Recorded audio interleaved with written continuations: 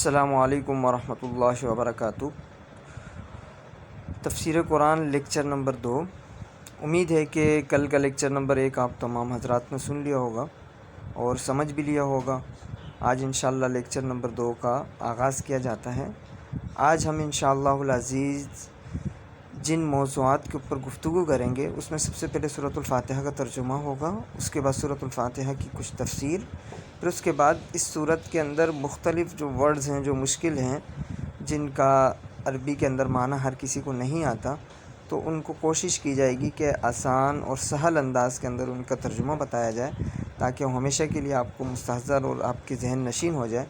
جب بھی آپ قرآن پڑھیں یا قرآن سنیں تو اگر آپ کو مکمل آیت کا ترجمہ نہ بھی آئے تو کم از کم اس کا مفہوم آپ سمجھ جائیں کہ اس جگہ اللہ تبارک و تعالی ہم سے کیا گفتگو فرما رہے ہیں، اللہ تبارک و تعالی ہمیں کس چیز کا حکم دے رہے ہیں، اللہ تعالی ہمیں کس چیز سے منع کر رہے ہیں۔ آج ہمارا المیہ یہ ہے کہ قرآن ہماری کتاب ہے، لیکن ہم نے صرف اس کو بس پڑھا ہے، اس کو سمجھا نہیں ہے، جس کی وجہ سے ہم نے قرآن کو بالکل چھوڑ دیا، تارک قرآن ہو گئے ہیں، قرآن کو چھوڑنے والے ہوں گے، اور جس کی وجہ سے آج ہمارے اوپر طرح طرح کے زوال اور ہم مختلف قسم کے مسائل ہمارے اوپر آ گرے ہیں۔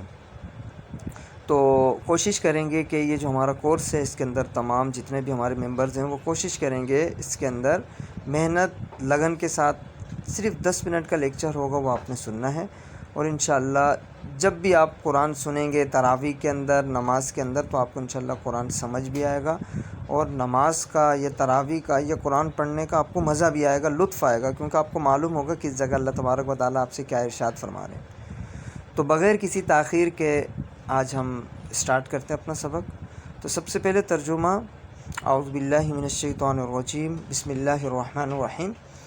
کل میں آپ کو بتا چکا تھا کہ سورہ فاتحہ قرآن کی پہلی سورہ ہے، مختلف نام اس کے میں نے آپ کو بتایا تھے، سورۃ الشفاء بتایا تھا، سورۃ الحمد بتایا تھا، سورۃ الحمد بھی کہتے ہیں کیونکہ الحمد سے سٹارٹ ہوتی ہے، فاتحہ کا میں نے بتایا تھا کھولنے کے معنی میں آتے ہیں، ابتدا کے معنی میں آتے ہیں، سورۃ الشفاء بتایا تھا کیونکہ آپ صلی اللہ علیہ وسلم نے فرمایا کہ اس میں ہر بیماری کی شفا ہے، تو سورۃ الشفاء بھی کہا جاتا ہے۔ سورۃ المسألہ بھی میں نے بتایا تھا کہ اللہ سوال کرنے کا ہمیں طریقہ بتا رہے ہیں کہ کس طریقے سے ہم نے سوال کرنا ہے۔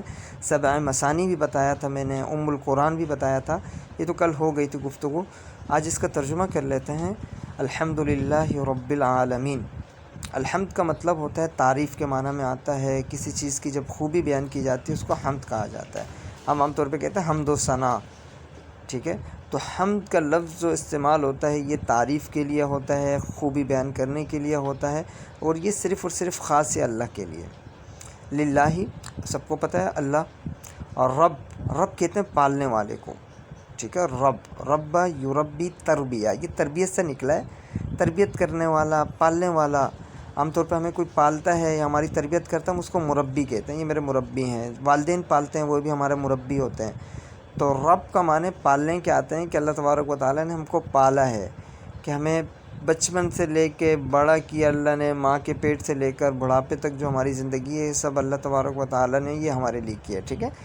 تو رب کا معنی پالنے کے آتے ہیں۔ العالمین، عالمین عالم کی جمع ہے، عالم کہتے ہیں جہان کو، عالمین مطلب جتنے بھی جہاں ہیں، سب جہانوں کا مالک کون ہے، پالنے والا کون ہے، اللہ ہے۔ الحمدللہ، تمام تعریفیں للہ، اللہ کے لیے ہیں جو پالنے والا ہے تمام جہانوں کو، کوئی بھی مشکل نہیں ہے اس کے اندر۔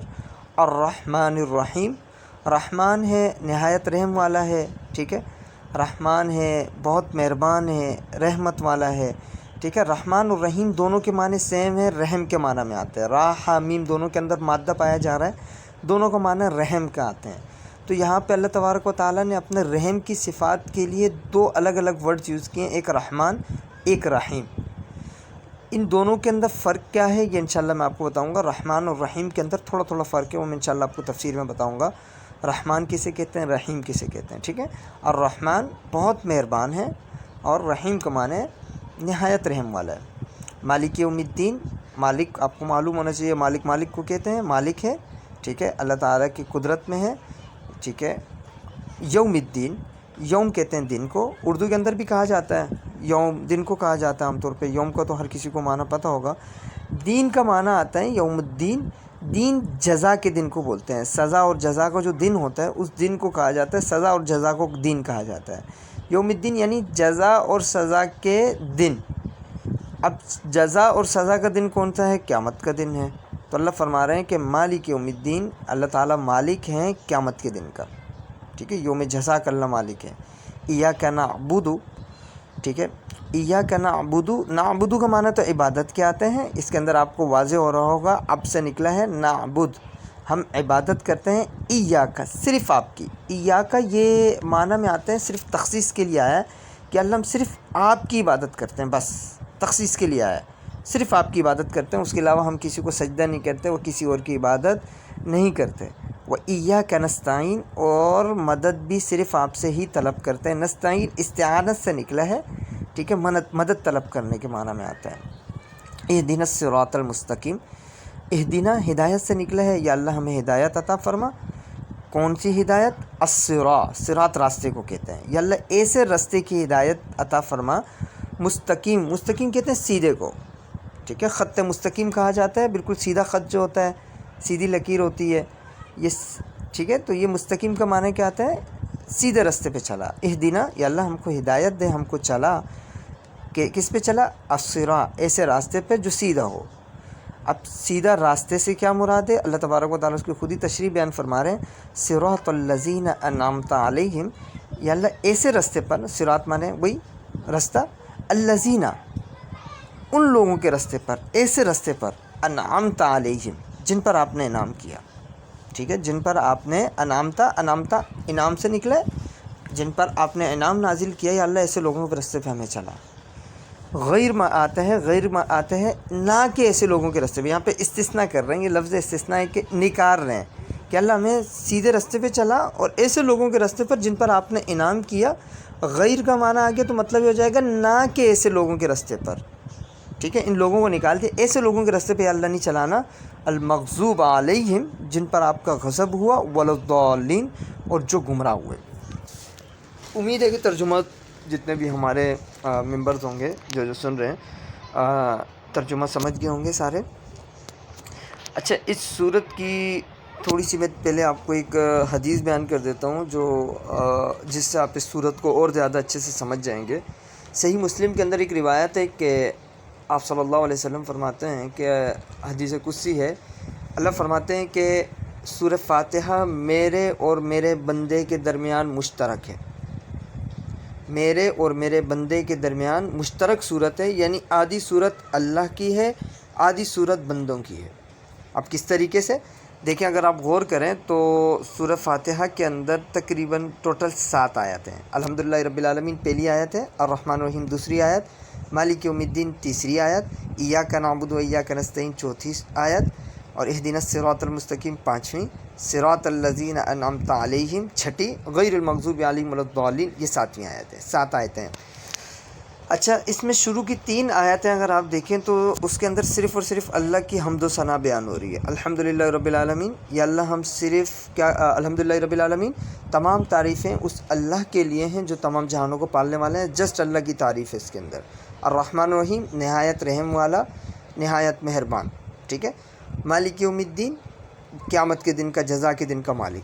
تینوں آیات کے اندر صرف اور صرف اللہ کی کیا کی جا رہی ہے؟ حمد و ثنا اور تعریف بیان کی جا رہی ہے. 3 آیت. چوتھی آیت کے اندر کیا ہے؟ چوتھی آیت کا پہلا جو ہے ایاک نعبد، یا اللہ ہم آپ کی عبادت کرتے ہیں. یہاں پہ اللہ کی بزرگی بیان کی جا رہی ہے. ٹھیک ہے، یہاں پہ بھی اللہ کی حمد ہے، تو یہ بھی اللہ ہی کی طرف ہے یہ آیت بھی. ٹھیک ہے، وہ ایاک نستعین سے یہاں پہ اب یہ بندوں سے ریلیٹڈ آیات شروع ہو گئی. ایاک نستعین، یا اللہ ہم آپ سے مدد طلب کرتے ہیں. پھر صراط الذین انعمت علیہم ہمیں سیدھے راستے پہ چلا، اور اہدنا الصراط المستقیم ہمیں سیدھے راستے پہ چلا، صراط الذین انعمت علیہم غیر المغضوب علیہم ولا الضالین. لاسٹ کی جو 3 آیت ہیں اس میں بندہ اللہ سے سوال کر رہا ہے. تو شروع کی جو 3 آیات ہیں وہ صرف اور صرف خاص ہیں اللہ کے لیے، اللہ کی حمد و ثنا کے لیے. اور لاسٹ کی جو 3 آیات ہیں وہ صرف اور صرف بندہ اس میں کیا کر رہا ہے؟ اللہ سے مانگ رہا ہے، اللہ سے سوال کر رہا ہے، اللہ سے اپنی حاجات اور اپنے جو چیزیں ہیں وہ اللہ سے مانگ رہا ہے. ٹھیک ہے، سوال کر رہا ہے.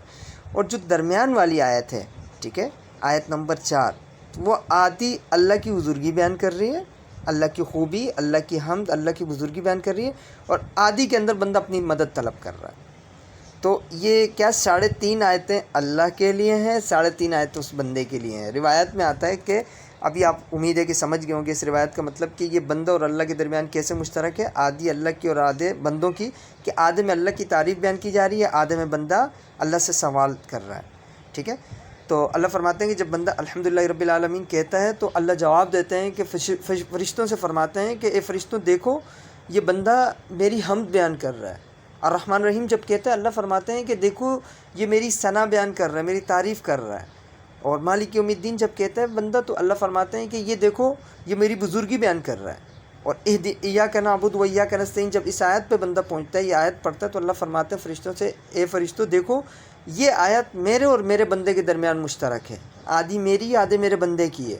اور اس کے بعد اہدنا صراط الذین انعمت علیہم اور اہدنا صراط سے لے کر آخر تک تمام میں جو اللہ سے ہم سوال طلب کر رہے ہیں، جو چیزیں ہم مانگ رہے ہیں، اللہ فرماتے ہیں اے فرشتوں گواہ رہنا جو میرا بندہ طلب کر رہا ہے میں تمام چیزیں اس کو عطا کروں گا۔